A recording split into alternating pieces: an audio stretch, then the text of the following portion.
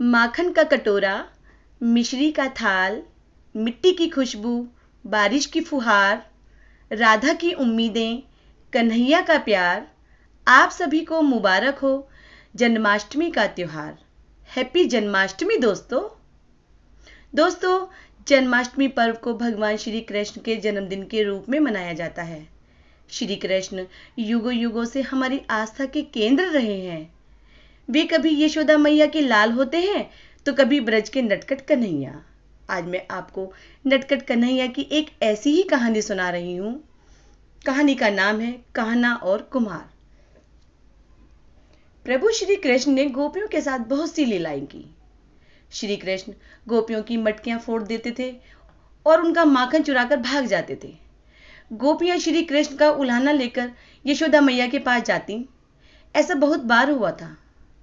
एक बार की बात है कि यशोदा मैया प्रभु श्री कृष्ण के उल्हानों से तंग आ गईं और छड़ी लेकर श्री कृष्ण की ओर दौड़ी। जब प्रभु ने अपनी मैया को क्रोध में देखा तो वे अपना बचाव करने के लिए भागने लगे। भागते भागते श्री कृष्ण एक कुम्हार के यहां पहुंचे। कुम्हार तो अपनी मिट्टी के घड़े बनाने में व्यस्त था, लेकिन जैसे ही कुम्हार ने श्री कृष्ण को देखा तो वह बहुत प्रसन्न हुआ। कुम्हार जानता था कि श्री कृष्ण साक्षात परमेश्वर हैं। तब प्रभु ने कुम्हार से कहा कि कुम्हार जी, आज मेरी मैया मुझ पर बहुत क्रोधित है। मैया छड़ी लेकर मेरे पीछे आ रही हैं। भैया मुझे कहीं छुपा लो। तब कुम्हार ने श्री कृष्ण को एक बड़े से मटके के नीचे छिपा दिया।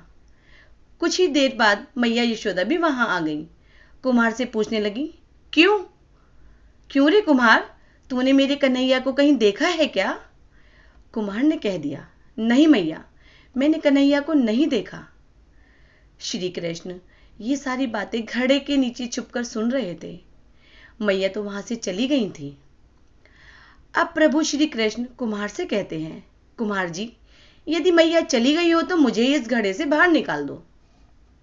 कुम्हार बोला, ऐसे नहीं प्रभु जी, पहले मुझे 84 लाख योनियों के बंधन से मुक्त करने का वचन दो, तब मैं आपको बाहर निकालूंगा। भगवान मुस्कुराए और कहा, ठीक है, मैं तुम्हें 84 लाख योनियों से मुक्त करने का वचन देता हूं, अब तो मुझे बाहर निकाल दो। कुम्हार कहने लगा, मुझे अकेले नहीं प्रभु जी, मेरे परिवार के सभी लोगों को भी 84 लाख योनियों के बंधन से मुक्त करने का वचन दोगे तो मैं आपको इस घड़े से बाहर निकालूंगा। प्रभु जी कहते हैं, ठीक है, चलो, उनको भी मैंने 84 लाख योनियों के बंधन से मुक्त होने का वचन दिया, अब तो मुझे इस घड़े से बाहर निकाल दो। अब कुम्हार कहता है, बस बस बस प्रभु जी, एक विनती और है, उसे भी पूरा करने का वचन दे दो तो मैं आपको घड़े से बाहर निकाल दूंगा। भगवान बोले, चलो भाई, वो भी बता दो, क्या कहना चाहते हो? कुम्हार कहने लगा, प्रभु जी, जिस घड़े के नीचे आप छिपे हो उसकी मिट्टी मेरे बैलों के ऊपर लाद के लाई गई है। मेरे इन बैलों को भी आप 84 लाख योनियों के बंधन से मुक्त करने का वचन दो। भगवान ने कुमार के प्रेम पर प्रसन्न होकर उन बैलों को भी 84 लाख योनियों के बंधन से मुक्त होने का वचन दे दिया। प्रभु बोले, अब तो तुम्हारी सारी इच्छाएं पूरी हो गई हैं, अब तो मुझे इस घड़े से बाहर निकाल दो। तब कुम्हार कहता है, अभी नहीं भगवान, बस एक अंतिम इच्छा और है, इसे भी पूरा कर दीजिए, और वह यह है कि जो भी प्राणी हम दोनों के बीच के इस संवाद को सुनेगा उसे भी आप 84 लाख योनियों के बंधन से मुक्त करोगे। बस यह एक वचन और दे दें तो मैं आपको इस घड़े से बाहर निकाल दूंगा।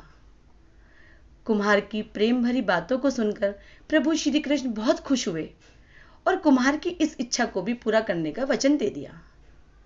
फिर कुम्हार ने बाल श्री कृष्ण को घड़े से बाहर निकाल दिया, उनके चरणों में साष्टांग प्रणाम किया, प्रभु जी के चरण धोए और चरणामृत लिया, अपनी पूरी झोंपड़ी में उस चरणामृत का छिड़काव किया और प्रभु जी के गले लगकर इतना रोए कि वह प्रभु में ही विलीन हो गए।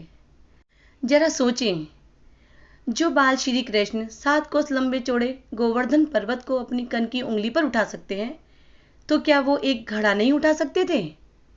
लेकिन बिना प्रेम रीझे नहीं नटवर नंद किशोर, कोई कितना भी यज्ञ करे, अनुष्ठान करे, कितना भी दान करे, चाहे कितनी भी भक्ति करे, लेकिन जब तक मन में प्राणी मात्र के लिए प्रेम नहीं होगा, प्रभु श्री कृष्ण नहीं मिल सकते। यही थी मेरी छोटी सी कहानी। आपको कैसी लगी कमेंट्स के माध्यम से जरूर बताना। साथ ही मेरे चैनल को लाइक करना, शेयर करना और सब्सक्राइब करना मत भूलना।